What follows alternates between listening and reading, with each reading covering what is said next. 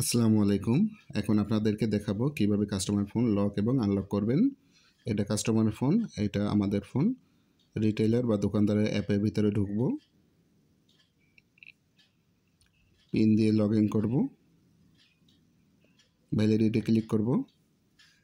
Customer লিস্টে যাব। নিচ থেকে কাস্টমার খুঁজে বের করব।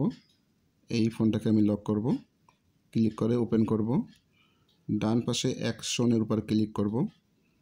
প্রথম যে অপশনটা লক আনলক, এখানে ক্লিক করব। একটা পপ আপ শো করবে, বাম পাশে লক লেখা আছে, এটার পরে ক্লিক করে মার্ক করে দেব, সাবমিটে ক্লিক করব। এই ফোনটা কিছুক্ষণের ভিতরে লক হয়ে যাবে। আপনি দেখতে পাচ্ছেন লক স্ক্রিন শো করতেছে।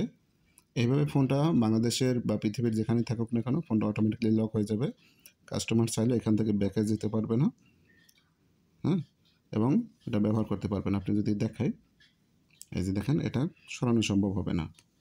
এবং যদি এই ফোনটা আনলক করতে চান আবার একইভাবে এখান থেকে ক্লিক করবেন, আনলকে ক্লিক করবেন, সাবমিটে ক্লিক করবেন।